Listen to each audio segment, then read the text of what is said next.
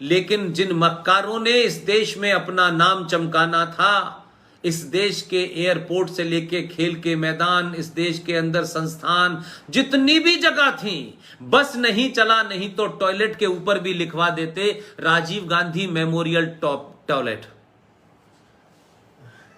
कोई खेल का ऐसा नहीं है, फुटबॉल का खेल हो, क्रिकेट का खेल हो, हॉकी का खेल हो, सब राजीव गांधी नहीं खेले थे, किसी और ने नहीं खेले। ध्यानचंद बेकार में इतने बड़े आदमी हैं, सारे खेल की ट्रॉफियां राजीव गांधी के नाम से हैं, सारे पोर्टों का नाम, दुनिया मैंने लिस्ट बनाई है, आप लोग मेरे फेसबुक पेज पे जाके देख सकते हैं।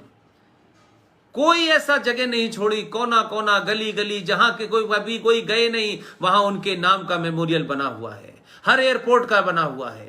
तो इस देश में कोई वीर सावरकर के नाम से, छत्रपति शिवाजी के नाम से, सुभाष चंद्र बोस के नाम से बात नहीं हुई। और दिल्ली में किस किस की मूर्ति लगी हुई है, जो 5 साल के लिए एरोप्लेन चलाते चलाते देश चलाने लगे थे, जिन्होंने नेपाल के शाही परिवार को समाप्त करने में एक भूमिका निभाई,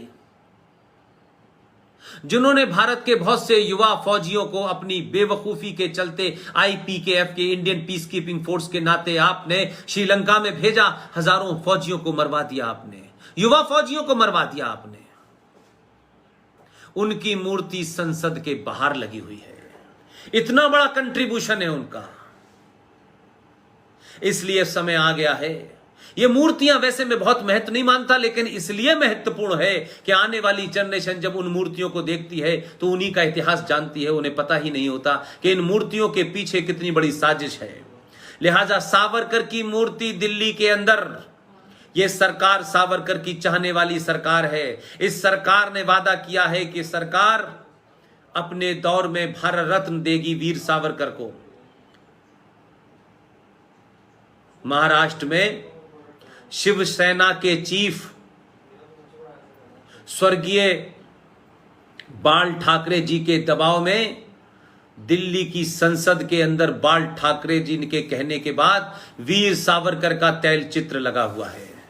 आज वीर सावरकर के बारे में दुनिया जान रही है और पता चल रहा है कि वीर सावरकर को साल में एक चिट्ठी लिखने के लिए न कागज दिया जाता था, न पेन दिया जाता था। और जो इस देश में 19 साल तक प्रधानमंत्री रहे, वो दिल्ली के 5 स्टार टाइप के गेस्ट हाउस में नजरबंद रहते थे।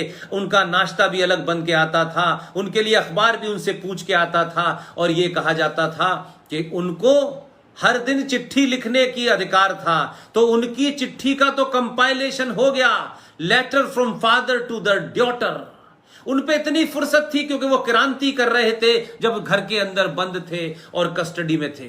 कस्टडी में उन्हें कैसी कैसी यातनाएं दी जा रही थी। उनसे पूछा जाता था आप कौन सा नाश्ता करेंगे, पहली यातना थी। दूसरी तकलीफ दी जाती थी कि आप कौन सा अखबार पढ़ना चाहते हैं, यह दूसरी तकलीफ थी। तो एक तरफ लेटर टू डॉटर लिखे जा रहे थे, जिनकी किताबें बेची जा रही थी। उनके वंशजों ने कहा कि ये नेहरू जी की किताब है, ये डिस्कवरी ऑफ इंडिया है। तो हर राज्य को किताबें लाखों में बिकती थी, और उसकी रॉयल्टी कौन लेता था ये सबको पता है, जो माता जी वहां बैठी हुई हैं 10 जनपद पे। सरकारें अपनी थी, हमसे खरीदो, हमारे विचारों को थोपो, थोपे न थोपो, इसके बारे में जो हमें रॉयल्टी मिलेगी वो हमें दो। कोई अपने पिताजी की पेंटिंग बनवा रहा है और जबरदस्ती अपनी सत्ता के दबाव में कह रहा है कि इसे 2 करोड़ में खरीदो और चेक से खरीदो ताकि हमारे पास लीगल। तो यह सिलसिला कोई नया नहीं है। आप किसी को भी वोट दें, किसी विचारधारा के हो, लेकिन जो राष्ट्र के खिलाफ खड़ा हो उसका प्रतिशोध करें, उसके खिलाफ खड़े हो वो कोई भी हो। इसलिए आज की बातचीत करने का मौका नीरज भाई ने दिया। मैं बड़ा खुश हूं कि तमाम युवा लोग आज मुझसे जुड़े, और हमारी पूरी टीम की उम्र भले ही युवा ना हो, लेकिन हम हर युवा तक पहुंचना इसलिए चाहते हैं, उससे डायलॉग करना चाहते हैं। हम ये भी नहीं कहते कि हमारी बात को तुम रेफरेंसेस में तलाशो, किताबों में तलाशो, अगर सच हो तो हमारी बात मानो, क्योंकि हम कोई बात रिटोरिक्स करने नहीं आए हैं, हम भावनाओं में नहीं कहने आए हैं, हम भारत माता की जय नहीं कहने आए हैं। लेकिन अगर संसद में यह नियम है कि संसद का सत्र समाप्त होने के बाद वंदे मातरम बजेगा, तो जो जो वंदे मातरम को मानेगा वही भारत की संसद में पहुंचेगा। जो संसद में बैठेगा और वंदे मातरम को नहीं गाएगा या वंदे मातरम की सम्मान नहीं करेगा या सम्मान के अपमान करने के लिए उठ के वहां से चल देगा, ऐसे गद्दारों को, देशद्रोहियों को, संविधान विरोधियों को, संसद विरोधियों को संसद में घुसने नहीं देगा। ये आज के युवाओं को इसलिए जागृत होना है कि हमारे पास कम समय है, आपको आगे की लड़ाई लड़नी है। इसलिए मैंने कहा कि आप किसी के खिलाफ लड़ाई नहीं लड़ रहे हैं, आप भारत राष्ट्र के खिलाफ काम करने वाली ताकतों के खिलाफ लड़ रहे हैं, जिन्होंने संविधान को झूठ बनाया, जिन्होंने संविधान में गलत धाराएं दी, उनको नहीं हटाया। ये देश संविधान से चलेगा, किसी की किताब से नहीं चलेगा। जिन्हें किताब चाहिए थी उन्होंने किताब बनाने के लिए अपना मुल्क बांट लिया, दो मुल्क बांट लिए। अब इस देश की 1 इंच जमीन भी किसी किताब वाले को नहीं दी जाएगी। 1 इंच पर भारत का संविधान लागू होगा और जो भारत के संविधान में महापाप किए गए हैं उनकी जिम्मेदारी है कि सरकारें उन्हें अविलंब हटाएं, और अगर जनसंख्या कानून की बात की गई है तो उसे अविलंब लागू करें। अगर कॉमन यूनिफॉर्म सिविल कोड की बात कही है, यूनिफॉर्म सिविल कोड की बात कही है, तो उसे अविलंब लागू करें। इससे किस मजहब के लोगों को नुकसान होगा और फायदा होगा, इसमें इंटरेस्ट नहीं है। बहुसंख्यक समाज है या अल्पसंख्यक समाज, मैं पहली तो बात, ये दुनिया का सबसे बड़ा फ्रॉड कि इस देश में 30 से 25 करोड़ मुसलमान रहते हैं और वो अल्पसंख्यक कहते हैं। इससे बड़ा दुनिया का कोई झूठ नहीं हो सकता। ये देश संविधान से चलेगा, अल्पसंख्यकवाद से नहीं चलेगा, अपीसमेंट से नहीं चलेगा। जो भी अपीस करेगा उसे भारत की जनता सत्ता में बैठाने के लिए अपीस नहीं करेगी।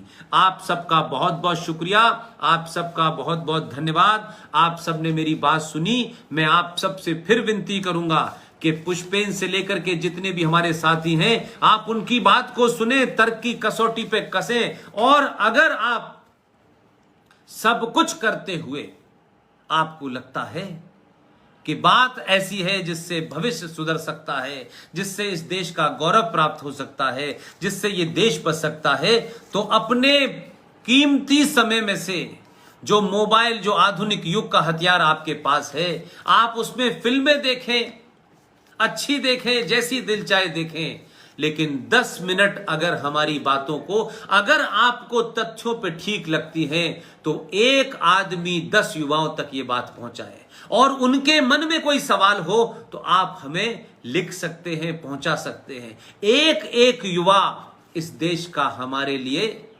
एक न्यूक्लियर बम है। इसलिए रूस इसलिए टूटा कि समाज तैयार नहीं था। रूस ने तय कर दिया कि सब कुछ सरकार को करना है, सरकार कुछ नहीं कर पाई और 27 टुकड़ों में टूट गया।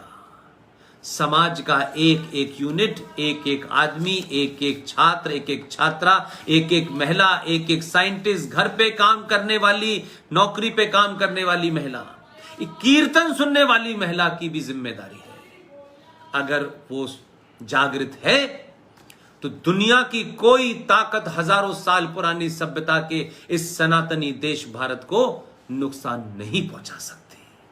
आप इसको आगे बढ़ाएं, यही हमारी आपसे विनती है, यही आपका राष्ट्र के इस मंथन में आपका एक योगदान है। बहुत बहुत शुक्रिया नीरज भाई, मैं मौजूद हूं, कभी भी आपको लगता हो, अगर मैं उस दिन खाली होऊंगा तो मैं जरूर आऊंगा और आप सब लोगों के बीच में आप जैसा कभी निर्देश देंगे किसी और ऐसे विषय पे जिसको मैं जानता हूं जरूर करूंगा। लेकिन मैं फिर आपसे कहूंगा कि जितने लोगों के मैंने नाम लिए हैं आप उनको जरूर बुलाएं, उनकी बात सुने।